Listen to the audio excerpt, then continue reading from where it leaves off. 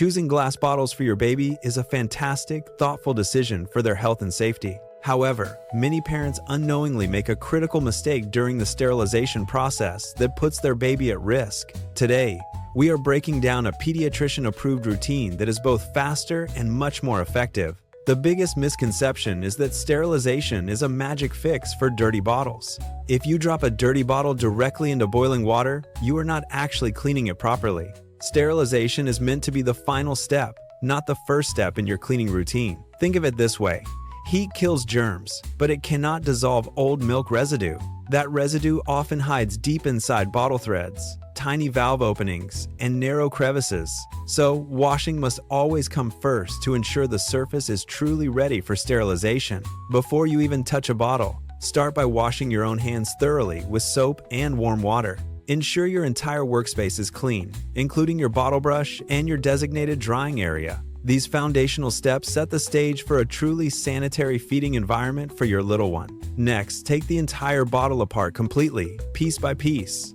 Remove the nipple, the collar ring, the cap, and the sealing disc. Don't forget to pull out any anti-colic valves or inserts, as milk loves to hide there. Assembling a bottle and hoping for the best is simply not an option for your baby's health. Once disassembled, rinse each individual piece under cool or lukewarm water immediately after feeding. Here is a pro tip. Avoid using hot water for this initial rinse if milk is still present. Hot water can actually cause milk proteins to bond more stubbornly to the glass surface. Now, scrub every single component in hot, soapy water to remove all remaining traces of formula or milk. Use a dedicated bottle brush for the glass and a smaller, specialized nipple brush for the opening. Be sure to get deep into those threads and scrub the collar with extra care.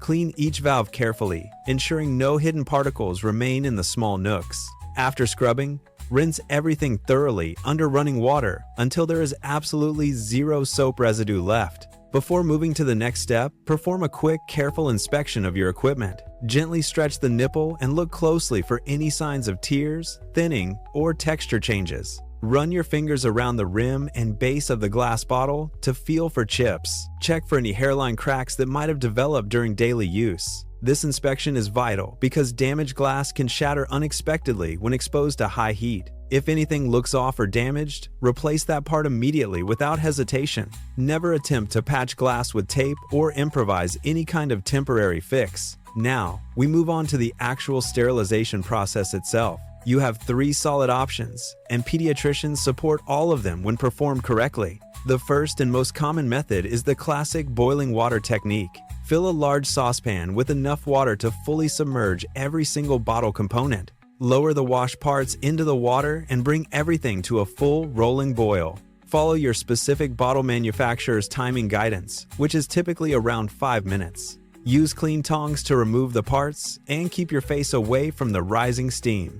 Always remember that steam burns are serious, so handle the hot water with caution. The second option is using an electric or microwave steam sterilizer for convenience. These devices are incredibly helpful for exhausted parents who need a faster routine. Add exactly the amount of water the device specifies for its cycle. Arrange your parts so that steam can circulate freely around every surface. Never run the unit empty, as this could damage the device or the bottles. When the cycle finishes, wait for the recommended cooling time before opening the lid. Tilt the lid away from your face when opening to avoid a sudden steam release. The third method is using a chemical sterilizing solution, which is great for travel. Use only products specifically designed for infant feeding equipment. Follow the dilution and soaking instructions on the package exactly as written. Never mix the solution with soap, bleach, vinegar, or any other household product. Check if your product requires a final rinse and use clean drinking water if it does. Once sterilized, wash your hands again before touching any of the clean parts. Place all parts on a clean drying rack with bottle openings facing downward. Keep nipples and valves spread out to ensure proper airflow reaches every surface. Skip the kitchen towel, as it can transfer unwanted lint and bacteria to your clean gear. Let everything air dry fully, as trapped moisture inside a closed bottle becomes a breeding ground for germs. When completely dry, reassemble with clean hands, avoiding contact with the nipple tip. Store assembled bottles in a clean, closed cabinet and never put away anything that feels damp. For newborns or immune-compromised infants, daily sterilization is the gold standard recommended by experts.